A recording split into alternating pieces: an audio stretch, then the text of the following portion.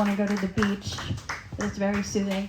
Our next performer, Mr. Ken Perlstein, you may have seen him in Succession recently. Yep. He was also in The Marvelous Mrs. Maisel. Let's give it up for Ken Perlstein. Hey, guys, congratulations to Sarah. Thank you all the performers. You guys have been great. Yes, we are mental. We are very mental, man. I'll tell you what's mental right now is some of the crime that's going on in this city. Right? I don't know. I don't know if you all. I have what's called the Citizens app, right? Yeah, I love it. Right? Come on, I love that Citizens app, right? It's exciting. You know, it's dangerous and exciting. You know, I've had it for a few years, and the first alert I ever got on a Citizens app was man in Central Park walking around with a hand grenade. Right? It's like fucking crazy, man. I ran right the fuck down to see it. I want to see what's going to happen, right? It's a weird app because it tells you like every fart, every stabbing, every knifing, whether there's smoke in an apartment, everything. It's exciting. And how far away it is from you, right? Like two people fighting, one guy with a bicycle chain. I'm like, that's not fair. But hell, man, I'm placing bets, you know? So one day I walked out of the subway and I looked and it said, man getting robbed, and it was me. Yeah. You could video, right? It has video too. So I'm like, hey, video selfie, yeah. I was like, hey, let's take a shooting picture. I don't know, man. I've been in New York since 1994, and that's when I moved from college, right? And, you know, I remember, like, I have, like, sometimes you have smart-ass neighbors, and I remember one of them telling me, he's like, you know, when you go on a trip, notify your local police department that you're going on a trip. You know, I'm like, why? They go, so they can watch over your apartment. I fucking believe this guy, right? I didn't believe this guy. So I walked into the 20th precinct, and they said, are you here to report a crime? And I said, no, my name is Ken Perlstein, and I wanted to inform you that I'm going on vacation.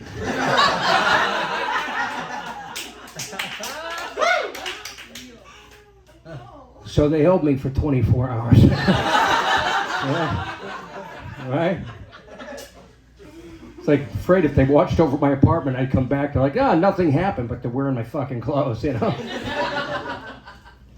Yeah, man. I mean, that was some tough shit. I'm also an addict in recovery, 26 years. A couple weeks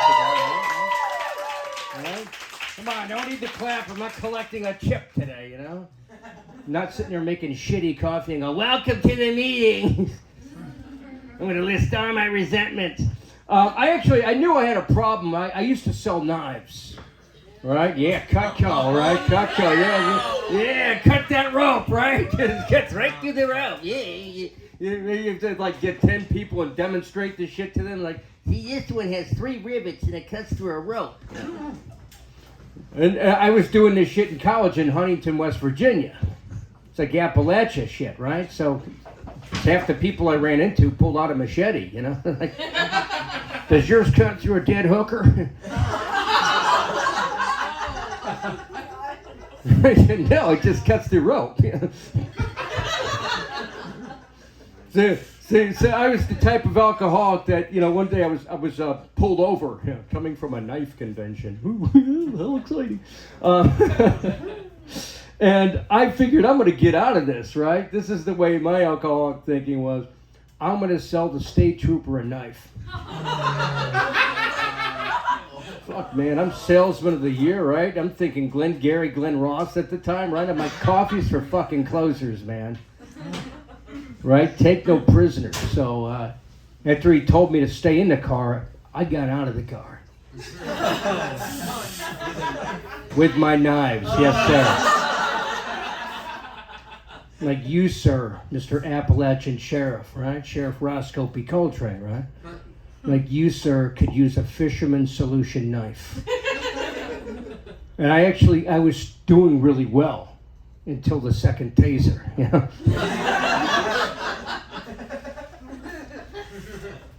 Yeah, right, alcoholism, dude. I still, to this day, I can't stand when people like leave alcohol in their glass. That's when you know you have a problem. You're like, what the fuck? Where are you going? Oh, it's fine, I'm done with this. No, you're not. The fuck is wrong with you, man? It's still like a quarter full, man. Still a little backwash left, but there's alcohol in the backwash, asshole. Right? Seriously, man. Serious. Yeah, I don't mess around, you know. I do have a kid, you know. I went all that way. I have a kid. He's 10 years old. Thank you, right? He is the result of online dating, you know. Right? Yeah, I was in my 40s after my first marriage went so well. Right? We go online. So I met my current, I like to call it my current, because there's no other way to say it, my current. I met her on a site called lastresort.com. Right? Hey, you got red flags, so do I. What have we got to lose? Yeah, it's but you know, she broke up with me like a month after she was pregnant, so that was a lot of fun, you know. It's like, holy shit. And my kid doesn't appreciate it. It's like 10, so he's a smart ass. He's like, yeah. Shut up, Dad. You never wanted me. Right? Oh, right. I'm like, that's not true, man. We just weren't trying.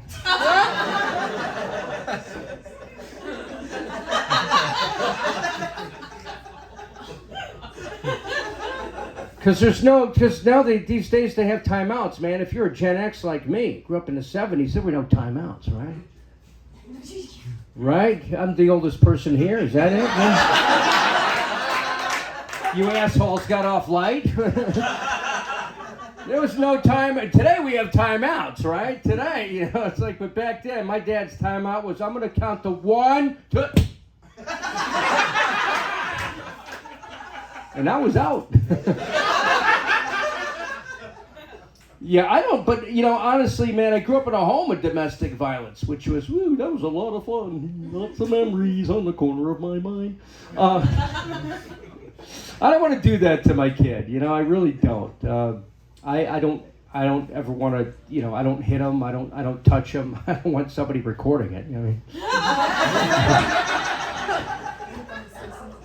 mean? Right? No, seriously, Citizens app. Someone says, hey, there you go. Thank you, right? I just kind of look down at him and I go, don't make Daddy drink again.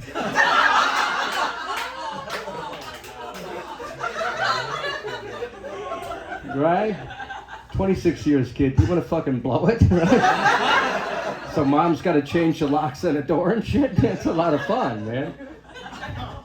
It is. Now I make him do whenever he's, you know, he's got a problem. Like, we're going to do a personal inventory.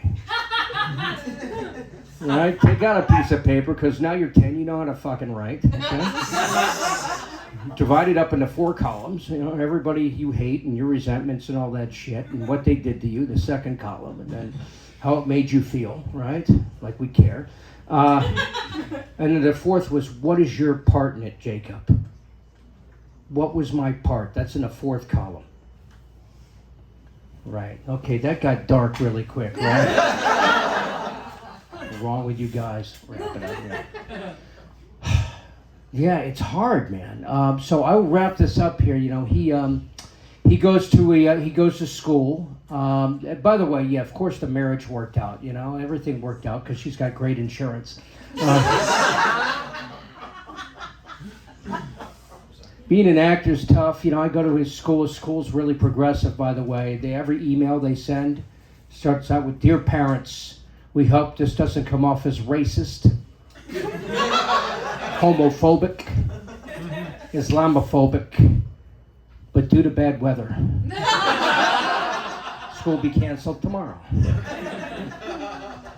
Last thing, man, because I'm also an actor, it's tough to compete with these young dads at his school because they're all professional people, man. One guy works for NASA, building his own planet, You got hedge fund people, a fucking doctor who like separates babies. He makes one baby into two, It's important shit. They asked me what I do, and I just started crying, I had auditioned for a Coffee Mate commercial that day, right? Coffee Mate the powder, right? Coffee Mate, right? Right? They didn't have a script. They had no script. They're like, we're gonna be edgy here. You do whatever you want with it. Couldn't think of anything, so they called action. I went, so when I snorted it, I realized it was Hazelnut Coffee Mate. Hazelnut Coffee Mate doesn't go well up your nose, but it goes great in your coffee. Right? Coffee Mate. Last thing I'll say, man, is, it's, my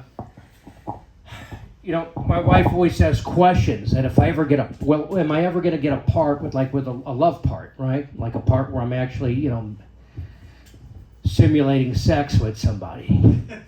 If you look at me, I'm not really that leading man type. I look like a racist cop.